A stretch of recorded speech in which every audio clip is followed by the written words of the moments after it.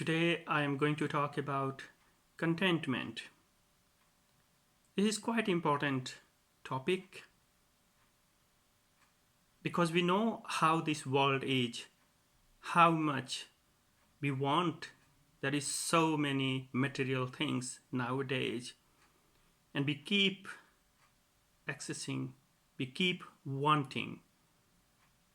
And the problem is, no matter how much we are making money or house or car or whatever you get,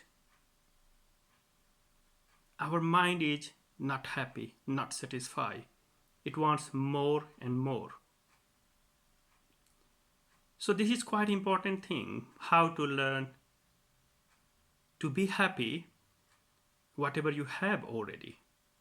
And this is why contentment is very, very important, especially for today's world. Sometimes when we say contentment, whatever we have, sometimes people they confuse actually. They think if we keep happy whatever we have already, then probably this leads you to become very lazy, or it stops our economic progress. But actually, when we say contentment, this is not the reality. This question shouldn't arise actually, because we know that Buddha was always appreciate to be very active, mindful, always actually. So there is no place for laziness. He even gave lots of discourses about how to lead a happy life, especially as a family, and how to work hard to earn money and also to keep looking after our relatives and friends and family members. So here, when we talk about contentment, contentment could be many, many ways. For example, if you really want to know how good you are in practicing this contentment or this moderation in whatever you have, you should evaluate by thinking or by looking into some characteristics. For example, saddha, how much confidence you have by doing all your good deeds. Are you really happy? Are you really confident that doing good deeds is going to bring happiness? So that is the way we have to think. We should have confidence in our good deeds.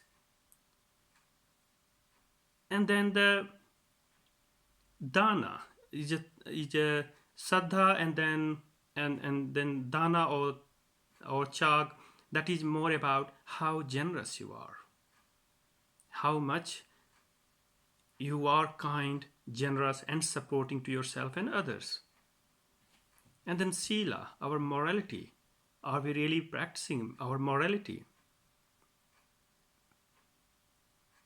So these are few things. Even bahusutta, it means do you have any habits of listening lots of good teachings, dhamma, and also remembering them, also contemplating on them?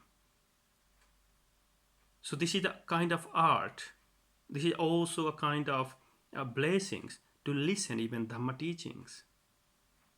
And then wisdom. Are we doing anything sensible?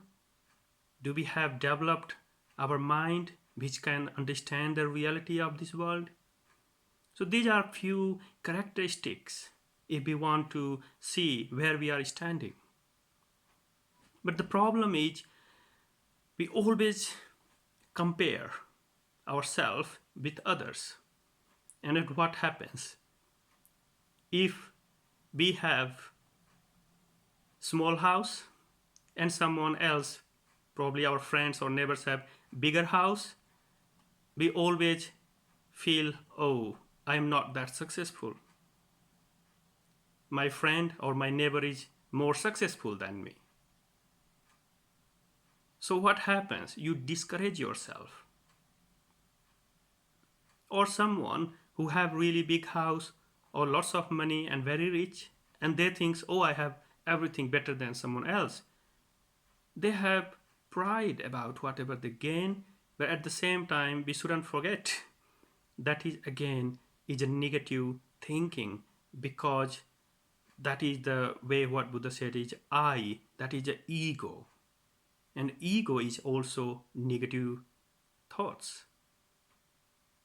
So even comparing with someone bigger or smaller, or they are higher, we are lower, we shouldn't discourage ourselves.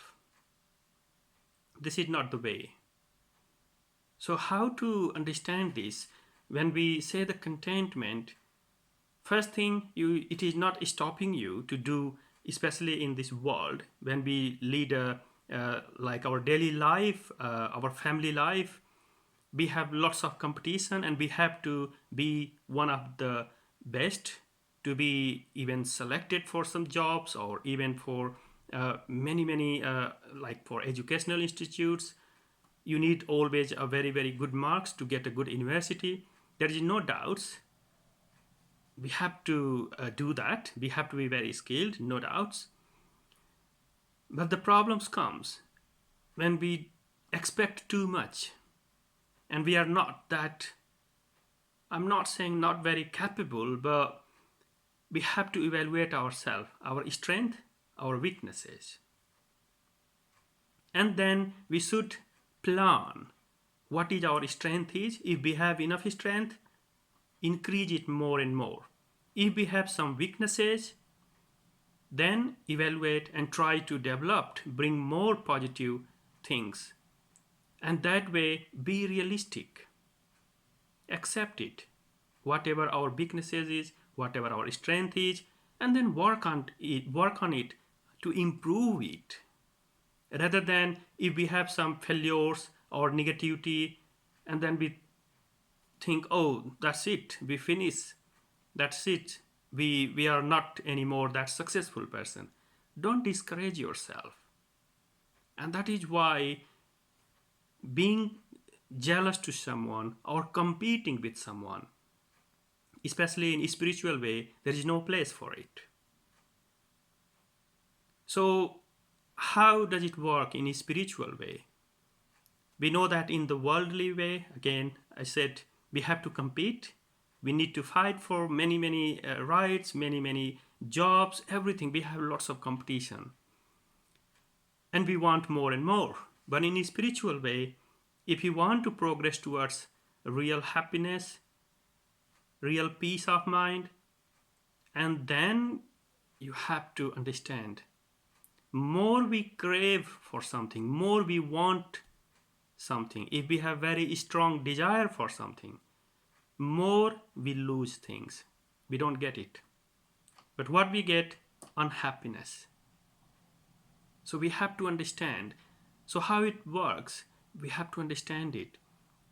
So work hard, don't worry about the results, because you have given 100% from yourself.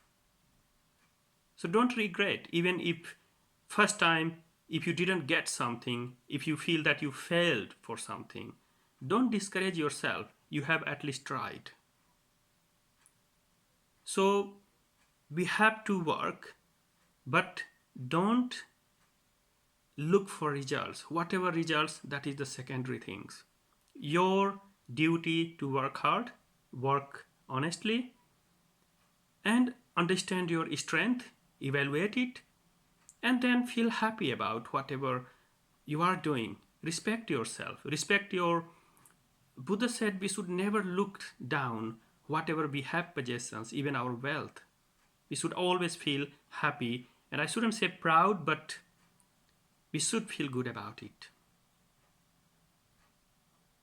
So, what Buddha said actually, being content in what?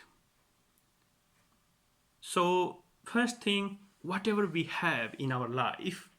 So, for example, wealth, children, spouse, our parents, our friends and relatives, whatever we got possessions in our life, we should we should feel happy about it, and we should really feel proud whatever we have. Again, when I say proud, feel good. Don't feel egoistic.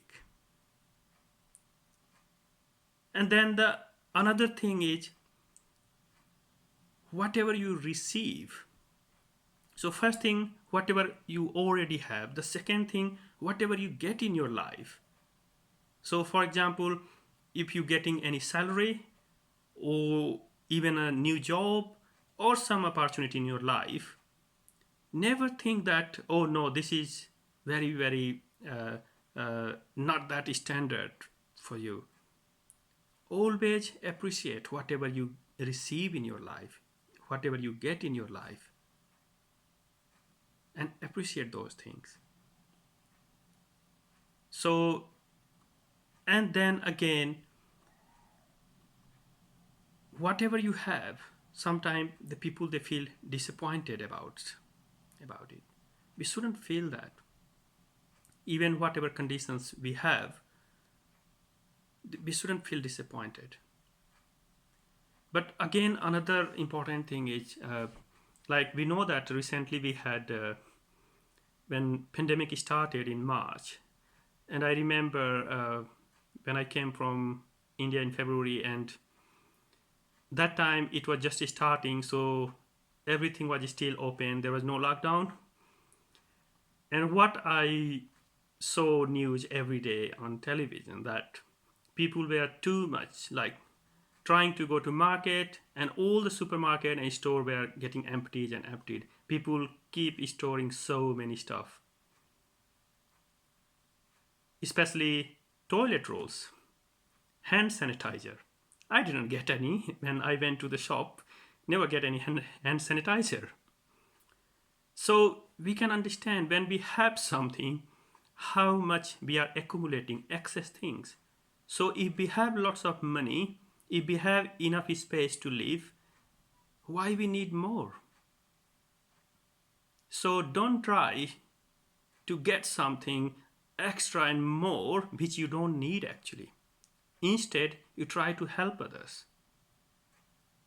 Sometimes we don't have even, for example, someone you have a good job, you are capable to do that job, and next day somebody offer you, you want to be a prime minister or president, and if you think no, I can do that, it would be very difficult for you to do that suddenly. So we have to understand our limits. We have to understand our capability, that how much and what really we need in our life. And this is also depend on our strength, our skills, our weaknesses. So we have to evaluate, we have to be realistic towards us, and that way we can actually draw our future, our present, that where we are standing, and whatever we have, whatever we are, we should accept it. So Buddha said actually in this world, aroga parmalabha santuthi parmangdhanam. Aroga parmalabha. It means health is the ultimate benefit, ultimate gain. And santuthi paramang dhanam. Contentment is the ultimate wealth. So you can understand, if you are satisfied whatever you have, then you have got the biggest wealth in your life, and you can be a happy person. You don't need a lot to become happy.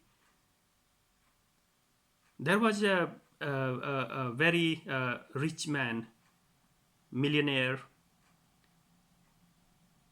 and there was a beggar. So one day, one person he was crossing the road and he saw a beggar.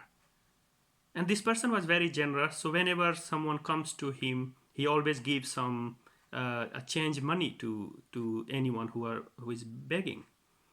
And that day, this person, he was going to office to work. He had no money, no change money. So he looked around, and then finally he got £5 note. And this, and then because he was habitual to donate, being generous, he given that £5 to that beggar, and that beggar was so happy. He blessed him, and he was so happy, and he praised his generosity, and then he left very, very happily, and he enjoyed to getting that much money. Then he went to his office, and then he was talking to one of his friend, and his friend was very upset, and he asked, "What happened to you?" He said, "Oh, you don't know. Uh, Yesterday, because of my son's fault, he couldn't react on timely. We lost £60 million. So he said we were going to make £100 million because of that bet, but because we couldn't react on time, we only got benefit of £40 million yesterday, but we lost still 60,000. And then I couldn't sleep whole night. I'm very upset because of that." And this person started to think that I gave that beggar only £5 note, and he was so happy, he enjoyed it, and he went very happily from there, and he was so satisfied, and he was very content. And he slept. Probably he might slept well as well.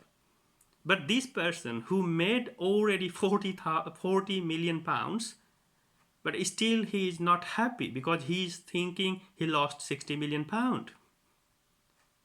So this is why when we say contentment is nothing to do with our wealth, how much money we get, how we are receiving it, how we are understanding what is important in our life. If we have enough money, enough enough place to live, we don't need a lot of things to be happy.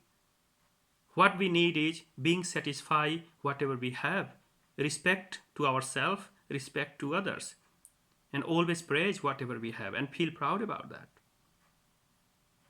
So this is what I would say, that look after your health and be satisfied whatever you have and appreciate this. And I believe these things will bring you, will teach you to live a life of moderation, to follow the middle path. And that is the best way to be happy, satisfied, and enjoy this life. So I hope, I believe, whoever listening this talk, you will try and be moderate in your life, and definitely this will bring happiness and peace in your life. So let me know how do you find this Dhamma talk today, and if you have any question, you can always ask and I will answer to you.